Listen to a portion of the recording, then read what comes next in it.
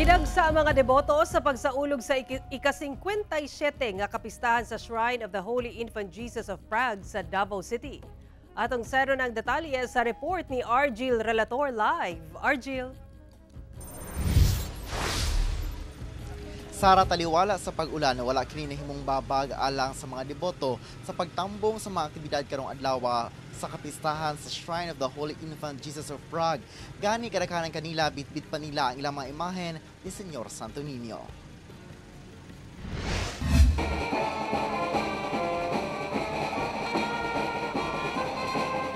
Malipayong gisayaw sa mga deboto ang ilang dalang imahen ni Senyor Santo Niño sa pagsaulog sa ika-57 nga kapistahan sa Shrine of the Holy Infant Jesus of Prague sa Davao City.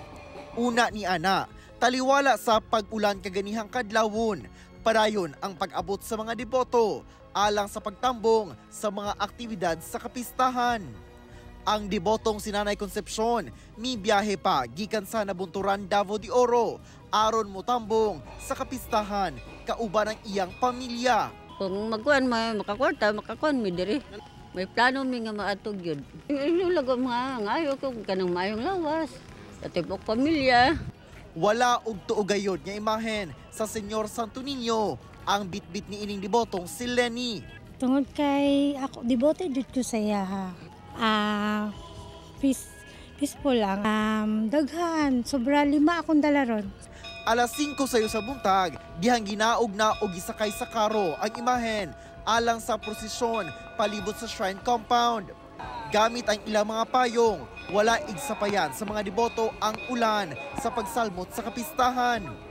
Human ang 30 minutos, natapos na ang prosesyon o nabalik na sa iyang frame ang imahen. Gisundan dayon kini sa pahalik, novena ug misa. Og tungod nga ang mga popular nga debosyon sama sa Senyor Santo Niño mauman ang atong gabayan sa pagsimba sa Ginoo. Mag-agak unta kini kanato ngadto sa hingpit nga pagsimba kaniya diha sa sakripisyo sa misa. Sara, sumabot mo apas pa sa mga aktibidad sa kapistahan o mahimo pa mo apas sanglit hangtod 8:30 pa sa gabi abli ang shrine compound. Sara. Okay, daghang salamat Argil Relator.